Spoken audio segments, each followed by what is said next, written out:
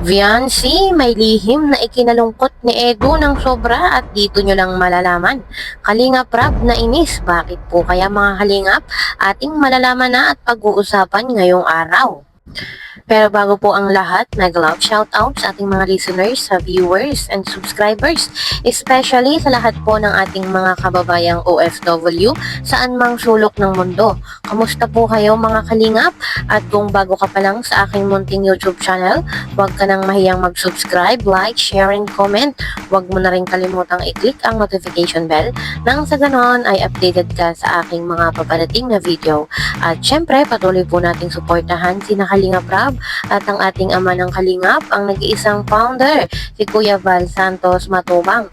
Kung maaari po ay no skip ads nang sa ganon ay mas marami pa tayong malingap na nangangailangan. At konting paunawa po, kung maaari ay tapusin niyo muna ang kabuoang video nang sa ganon ay akma ang ating mga komento. Yun na nga po mga kalingap, ano po kaya yung lihim ni Viancy na labis na ikinalungkot ni Papa Eds, at malalaman po natin yan maya-maya lamang. At mga kalingap, alam naman po natin na si Viancy ay wala pang 18 years old. Kumbaga po ay bata pa para sa mga pagjujowa, para magkaroon ng boyfriend. Lalo pa nga po at beneficiary siya ni Kalingap Rab. Kumbaga po ay priority yung kanyang pag-aaral. Mas dapat mag-focus muna siya sa kanyang pag-aaral. Kaya po, yung mga kagustuhan natin na maging sila po ni Papa Eds ay parang hindi pa po pwede. Parang malabo pa talaga siyang mangyari dahil nga po itong si Viancy ay wala pa sa tamang edad. Bagamat nasa ligawan stage pa lang nga po ang EDSI at inamin naman po nila sa isa't isa na mahal ni Papa Eds itong si Viancy at si Viancy ay matagal nang gusto si Papa Eds. Kumbaga ay naandun na yung kanilang pagkakaintindihan, ay intindihan nila na may feeling sila sa isa't isa. Kumbaga po ay kahit gustuhin man nga nila na maging sila na, lalo nga po itong si Papa Eds at gustong gusto na nga pong maging girlfriend itong si Viancy, ay hindi po pwedeng pilitin pa nga dahil nga po itong si Viancy ay wala pa sa tamang edad.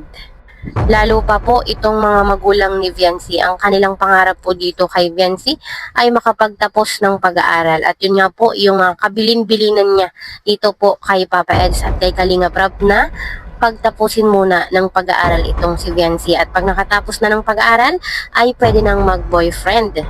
At alam naman po nating lahat na yung tiwala ng mga magulang ni Viancy dito kay Kalingap Edu ay naando na. Kumbaga po ay tiwala na sila kahit po sa paghatid at pagsundo ay naandun yung tiwala nila dito kay Kalingap Edu.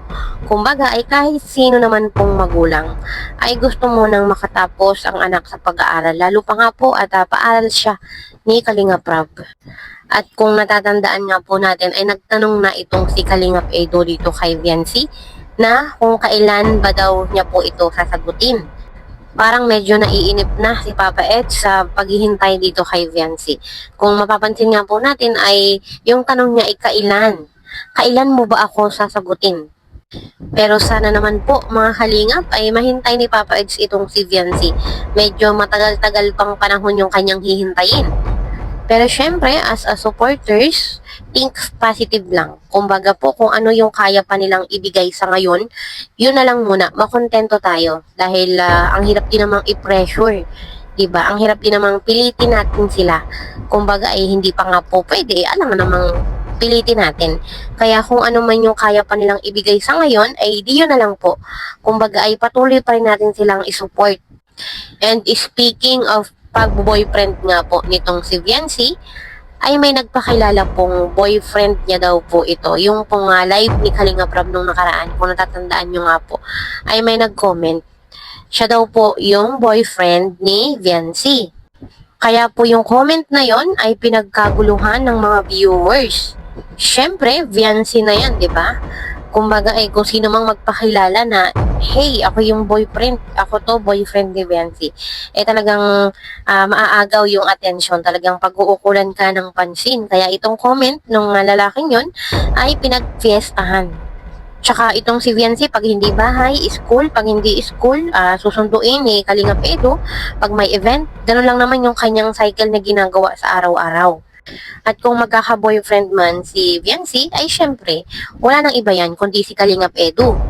Lalayo pa ba tayo ay naandyan na si Kalingap Edu at saka may feelings na sila sa isa't isa.